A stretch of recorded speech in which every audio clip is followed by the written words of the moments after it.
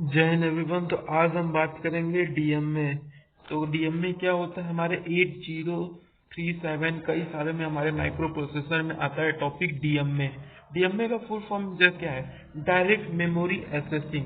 जैसे कि हमको नेम से पता चल रहा है, जो मेमोरी को डायरेक्ट एसेस करे और कंट्रोल करे उसे हम क्या बोलते हैं? डीएमए।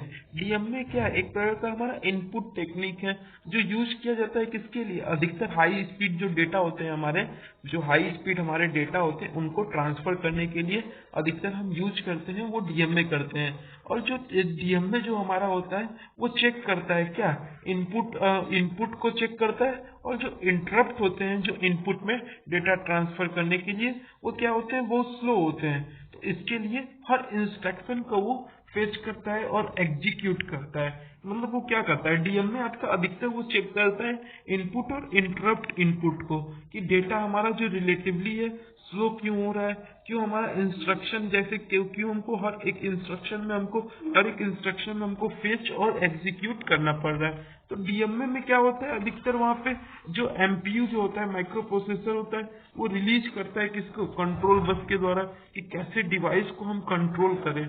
कैसे जो एमपीयू रिलीज करता है कंट्रोल बसेस के द्वारा कि डिवाइस को हम कैसे कंट्रोल करें, उसी को हम क्या बोलते हैं? DMA controller. जब कंट्रोलर का इसमें जो मतलब क्या होता है कि डेटा को कैसे भी आपको ट्रांसफर करना है, कहाँ से? मेमोरी और peripheral under it control, thus bypassing the memory microprocessor. Yes, इन जो हमारा डीएमए होता है वो मतलब कि माइक्रो प्रोसेसर को बाईपास कर देता है। मतलब कि वो क्या करता है? सीधे डायरेक्ट उसका जो होता है कनेक्शन होता है मेमोरी और पेरिफेरल डिवाइस में, ये क्या कर देता है? माइक्रो प्रोसेसर को वो साइड कर देता है। कहता है कि मुझे माइक्रो प्रोसेसर का भी जरूरत नहीं है, इसलिए वो क्या कर देता है? बाईपास कर देता है माइक्रो प्रोसेसर को, और डेटा को वो कंट्रोल करता है, मैनेज करता है किसके बीच में? मेमोरी और पेरिफेरल जो डिवाइस है उनके बीच में हमारा उस डेटा को वो मैनेज करता है। अब इसके दो इंपॉर्टेंट सिग्नल है। पहला क्या है हमारा? Hold signal. अब होल्ड सिग्नल से यह क्या करता है? होल्ड सिग्नल हमारा क्या है? एक्टिव हाई इनपुट सिग्नल है। किसको देते हैं? 8085 फ्रॉम अनदर मास्टर। यस, ये हमारा जो होल्ड है वो एक्टिव हाई इनपुट सिग्नल है, जो कि 8085 से, जैसे वहां से या कोई दूसरे मास्टर से रिक्वेस्ट करता है किसी एड्रेस को या किसी डेटा बस को। वो जब वो किसी एड्रेस और डेटा बस को, जो हमारा एक्टिव हाई इनपुट सिग्नल वो ले लेता है, तो उसके बाद क्या करता है? वो होल्ड रिक्वेस्ट अपना जो माइक्रो प्रोसेसर है उसके थ्रू क्या करता है? बस को और या मशीन साइकिल को वो फॉलो करने के लिए बोल देता है। यहाँ पे देखिए लिखा भी है, after receiving the hold request. जब होल्ड रिक्वेस्ट आ गया तो माइक्रो प्रोसेसर क्या करेगा? Relinquishes the buses in the following machine cycle. अब जिसको जिसको एलोकेट करना है वो एलोकेट कर देता है microprocessor. All the buses are tri state and hold acknowledge, signal is sent out. अब इसमें क्या होता है हमारा कि जितने भी हमारे जो बसेस के सिग्नल होते हैं वो सारे सिग्नल जो होते हैं किसके द्वारा? एचएलडीए, होल्ड एक्नॉलेज के द्वारा भेजे जाते हैं। और एमपीयू क्या करता है? फिर से उसको क्या करता है? कंट्रोल करता है जब उसका ऑपरेशन होल्ड वाला लो होता है। मतलब कोई भी ऐसे डेटा हुआ जो हमारा क्या हुआ? होल्ड द्वारा नहीं हो पाया, मतलब होल्ड भेजा गया लेकिन मेमोरी क्या किया? उसको होल्ड में हमारा उतना मेमोरी हमारा स्टोर नहीं हो पाया था, तो वो क्या करेगा कि वो जो हमारा डेटा बचा था अब वो माइक्रो प्रोसेसर द्वारा कंट्रोल होगा। किसके अंडर में? एचएलडीए के, होल्ड एक्नॉलेज के द्वारा। तो अब हम उसी का बात करते हैं कि होल्ड एक्नॉलेज होता क्या है। तो होल्ड एक्नॉलेज ये भी एक प्रकार का हाई इनपुट सिग्नल है। ये इंडिकेट करता है कि कैसे जो माइक्रो प्रोसेसर है वो कंट्रोल करता है बसेस को। तो डीएमए जो होता है यहाँ पे, जो डायरेक्ट मेमोरी एसेसिंग होता है, वो इस सिग्नल को यूज करता है। जो एचएलडीए सिग्नल है उसको यूज किसके लिए करता है?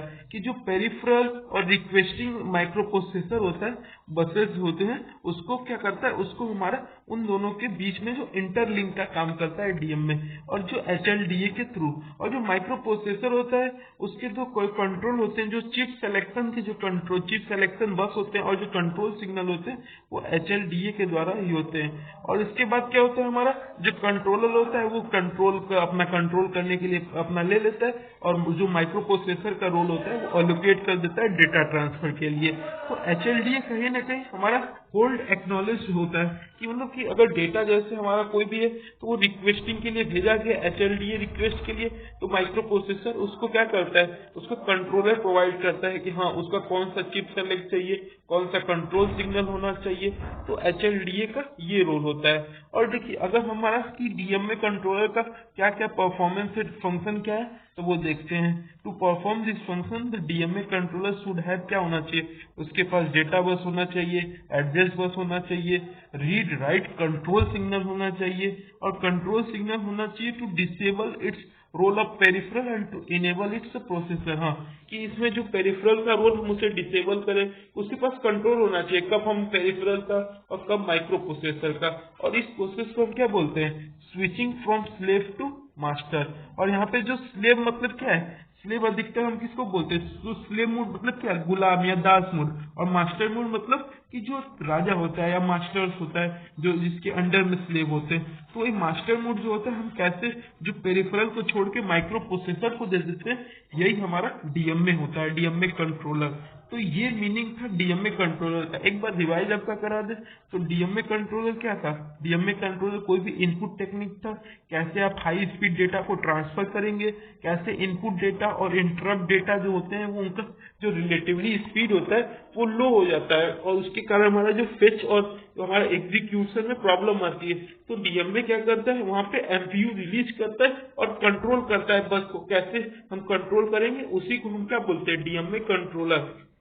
और जो हमारा कंट्रोलर होता है वो किसके द्वारा मैनेज होता है, वो बिटवीन मेमोरी और पेरिफेरल के डिवाइस के अंदर थ्रू होता है, और एमपीयू को वो बाईपास कर देता है, मतलब हटा देता है। इसमें दो इंपॉर्टेंट एस्पेक्ट हमने देखा था, एक होल्ड एस्पेक्ट देखा था। होल्ड क्या होता है, एक्टिव हाई इनपुट सिग्नल होता है जो कि कोई भी डेटा लेता है कहाँ से, हमारे होल्ड रिक्वेस्ट से, और माइक्रो प्रोसेसर को भेजता है, और माइक्रो प्रोसेसर उसको मशीन साइकिल में एलोकेट कर देता है। अगर कोई भी जैसे हमारा कोई भी समझिए कि अगर कोई भी हमारा जो डेटा ट्रांसफर जो बसेज है वो HLDA उसमें उस HLDA के थ्रू कब भेजे जाते हैं, जब हमारा होल्ड वाला जो बसेज होता है वो लो हो जाता है, तो उसके बाद HLDA का यूज आता है। और HLDA में क्या होता है, HLDA भी एक प्रकार का high active high input signal है। इसमें क्या होता है, कोई भी डेटा लेता है उसको क्या करता है, एमपीयू से को पास देता है, एमपीयू माइक्रो प्रोसेसर यूनिट के पास देता है, और वो क्या करता है, कंट्रोल करता है बसेस को, कौन सा चिप सेलेक्ट चाहिए, कौन सा कंट्रोल सिग्नल होना चाहिए,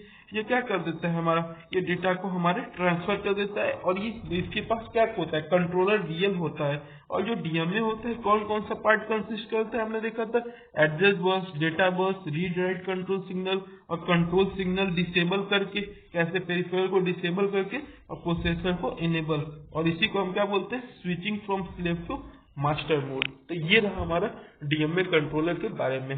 थैंक यू, जय हिंद।